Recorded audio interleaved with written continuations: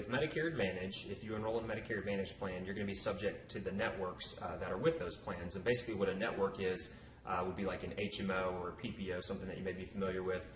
Basically, you've got to use those doctors and hospitals that are within the network in order to get the best deal. So with Medicare Advantage plans, if the doctor that you want to see is in your network, your cost will be lower. But if the doctor that you need to see is out of the network, you're going to pay more or even 100% of those costs. In summary, if you're enrolled in the Medicare Advantage plan, your doctor expenses, your doctor costs, they can greatly vary depending on if you're in network and out of network. With a Medicare Supplement plan, you're not going to have to worry about that because as long as that provider accepts Medicare, you've got 100% coverage and you don't have any surprises with any extra bills. If you're enrolled in a Medicare Advantage plan, regardless of whether you're in or out of network, you can basically expect to have a copayment or a co-insurance, a percentage that you're going to have to pay for basically any procedure or service that you have done.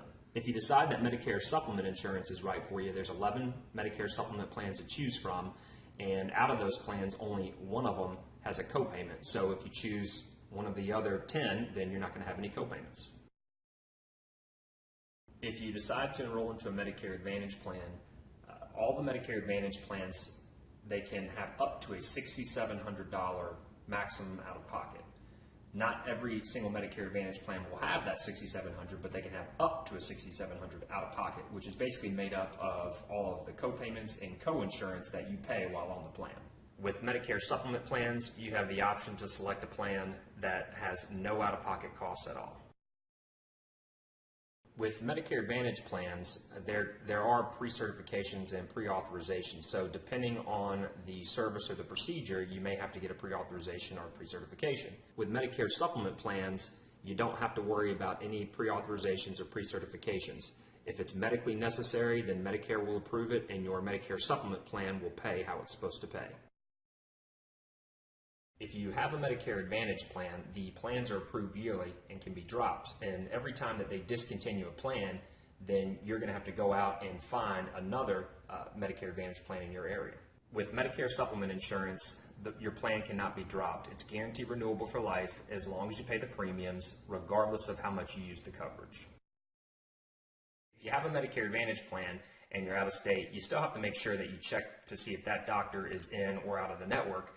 In addition to that, depending on the Medicare Advantage plan that you have, you may not have coverage in that state because the plans vary by state. If you have a Medicare Supplement insurance plan, then you're covered nationwide. There are no networks, so you can go to any doctor or hospital in the country that accepts Medicare. Sometimes you may have a medical condition that requires you to go to a more specialized facility. Let's take the Mayo Clinic as an example because it's the #1 hospital in the nation, voted by U.S. News and World Report. The Mayo Clinic accepts Medicare. However, if you've enrolled in a Medicare Advantage plan, then you've basically opted out of original Medicare and you've agreed to follow the plan's rules, the Medicare Advantage plan's rules that you've enrolled into. Let me read to you what the Mayo Clinic website says on this issue.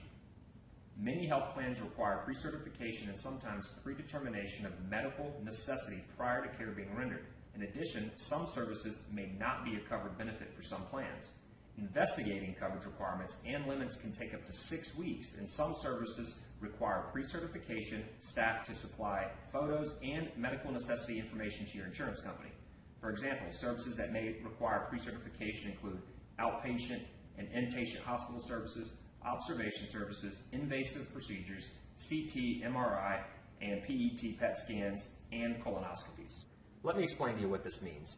If you need to be admitted to the Mayo Clinic, because your medical condition is too serious for the normal hospital that you would go to, then it can take up to 6 weeks for the Mayo Clinic to evaluate your coverage on a Medicare Advantage plan.